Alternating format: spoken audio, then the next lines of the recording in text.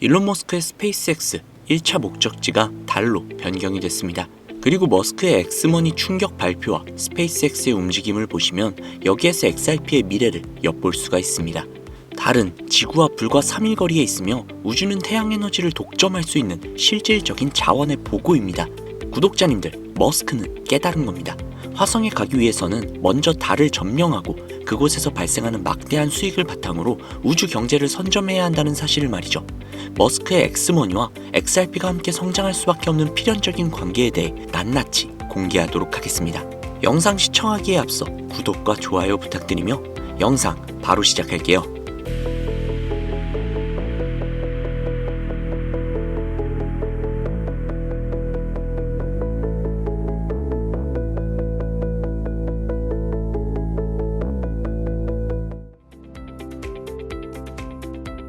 구독자님들, 우선 머스크의 스페이스X가 나사의 프로젝트를 이끌고 있다는 사실을 주목하셔야 합니다. 이것은 인류가 우주에 건설할 최초의 AI 센터를 머스크가 독점한다는 뜻이죠.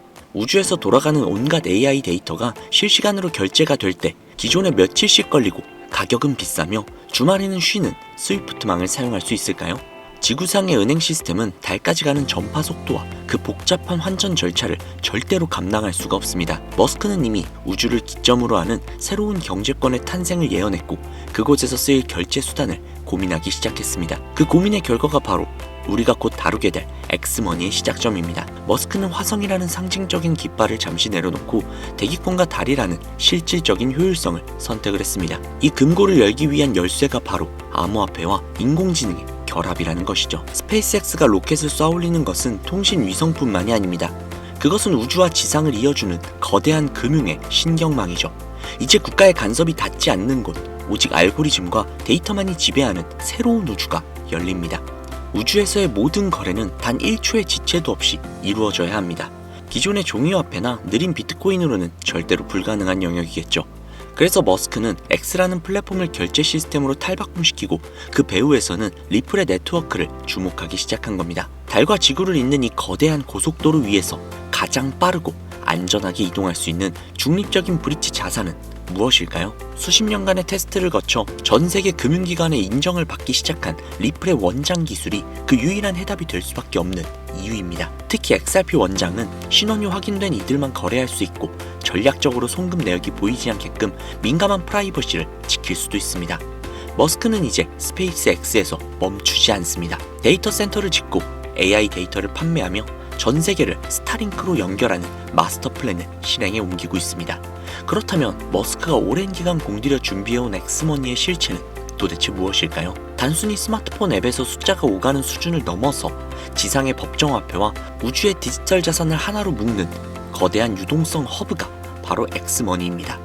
그런데 이 거대한 시스템이 작동을 하기 위해서는 반드시 필요한 것이 있습니다. 바로 단 몇 초 내에 전송할 수 있고 수수료는 0원에 가까우며 전 세계 모든 화폐로 즉각적으로 환전해서 보낼 수 있는 신뢰받는 브릿지 자산이죠. 그 역할을 할 수 있는 유일한 후보가 바로 리플의 XRP입니다. 일론 머스크는 이미 X를 통해 미국 전역에서 송금 라이센스를 차례대로 획득을 하며 금융시장을 뒤흔들 준비를 마쳤습니다. 왜 굳이 이 복잡한 라이센스 작업을 진행하고 있을까요? 바로 엑스머니를 통해 기존의 낡은 은행 시스템을 대체하기 위해서입니다. 엑스머니는 달러, 유로, 엔화는 물론이고 비트코인이나 테슬라 주식까지도 실시간 결제에 사용할 수 있게끔 만들 것입니다. 만약 구독자님들이 엑스머니를 통해 한국에서 미국으로 송금을 한다라고 가정을 한번 해볼게요. 기존 시스템은 여러 개의 중개은행을 거치며 며칠이 걸리고 막대한 수수료가 발생할 겁니다. 하지만 엑스머니 배후에 XRP 원장 기술이 결합이 된다면 이야기는 완전히 달라지겠죠. 원화가 엑스머니로, 엑스머니가 XRP로, 그리고 다시 달러로 변환이 되는 과정이 단 3초에서 5초 만에 끝이 납니다. 머스크는 효율성의 화신입니다.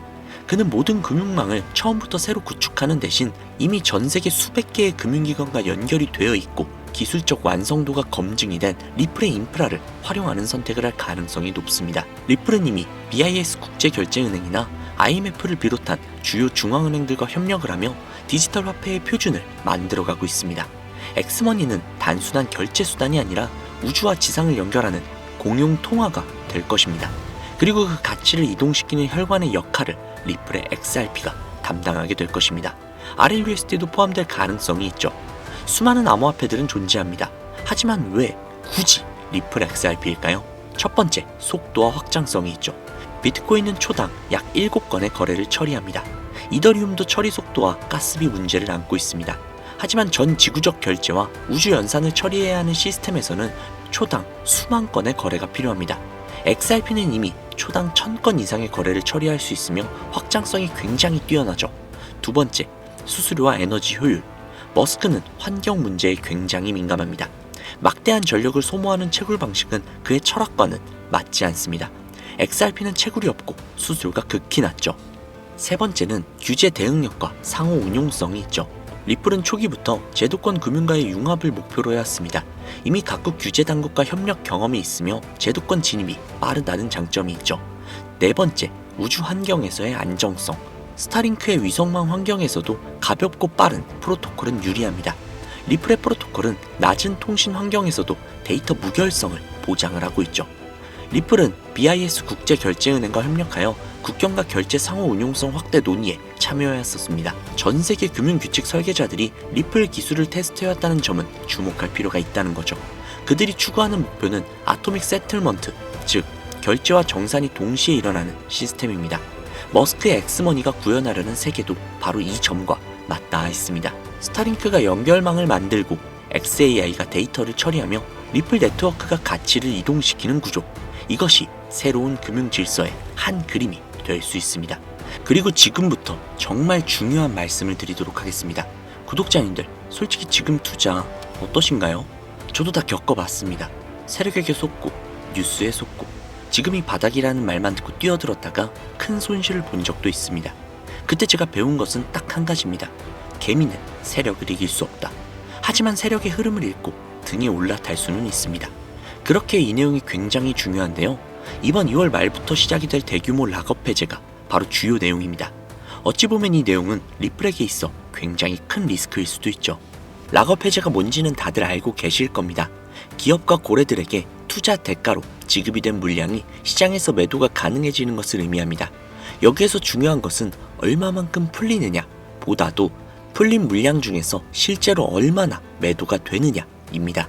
그동안 리플 XRP 차트를 보시면 알겠지만 락업 해제 물량 중 대규모 매도가 발생했을 때는 항상 큰 가격의 하락이 나왔습니다.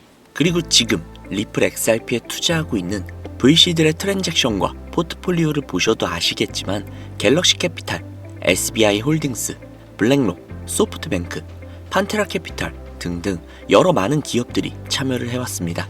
하지만 문제는 이 기업들 같은 경우 클래리티 법안이 지연이 되면서 시장 리스크 회피 차원에서 덤프 물량을 매도했고 그로 인해 가격 하락과 눌림이 발생을 했다는 겁니다. 그래서 홀더분들 입장에서는 락업 해제 물량 매도가 반복이 되면서 기관 자금 유출과 가격 하락이 이어졌기 때문에 어떻게 대응을 해야 할지 고민이 상당히 많으실 겁니다. 결론부터 말씀을 드리자면 리플 XRP는 조만간 큰 가격 상승과 반등이 나올 수밖에 없는 중요한 재단 일정과 온체인 데이터가 존재합니다. 그동안 덤프 물량 매도로 인해 가격 하락이 불가피했지만 이제는 매도 가능한 물량이 상당 부분 소화되면서 매도 압력이 크게 감소를 했습니다. 그리고 클래리티 법안 통과 가능성이 높아지면서 그동안 유출이 되었던 기관 자금이 조금씩 유입세로 전환이 되고 있습니다. 결정적으로 아직 매도가 되지 않은 대규모 XRP 물량이 재단의 락업 해제 일정에 맞춰 거래소로 이동을 하고 있습니다. 이걸 들으면 그럼 매도 물량이 늘어나서 악재 아닌가요? 라고 질문하실 수도 있습니다. 하지만 꼭 그렇지만은 않습니다. 기업과 고래들도 락업 해제 물량을 유리하게 매도하기 위해서는 큰 가격 상승과 반등을 반드시 만들어야 하기 때문이죠. 과거에도 큰 논란이 있었습니다. 재단이 협업 기관들에게 락업 일정을 공개하고 일정 전에 가격 상승 기대감을 조성한 뒤 고점에서 매도를 해 수익을 실현을 했다는 의혹입니다. 재단은 투자를 더 받기 위해 가격을 상승시키고 기관들은 차익 실현을 하고 개인 투자자들이 그 고점에서 물량을 받아내는 구조였다는 거죠. 실제로 재단 일정 전에는 항상 큰 가격 상승이 나왔습니다.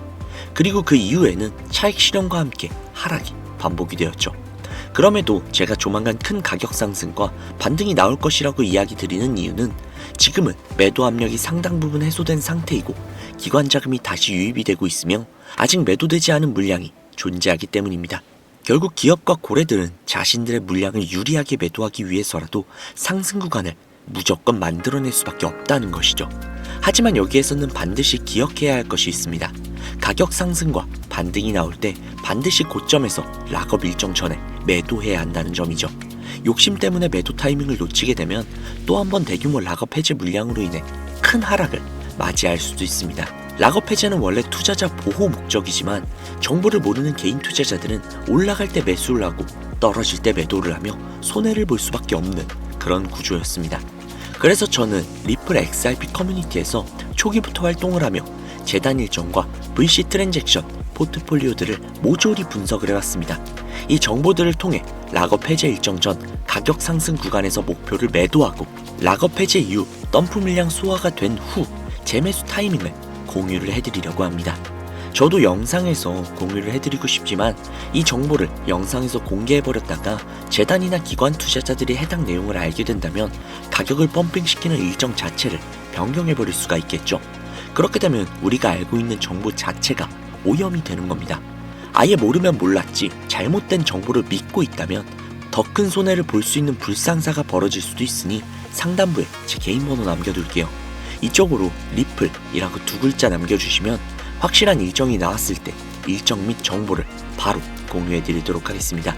이런 막대한 정보를 제공을 해드리는데 솔직히 저도 그냥 드릴 수는 없겠죠.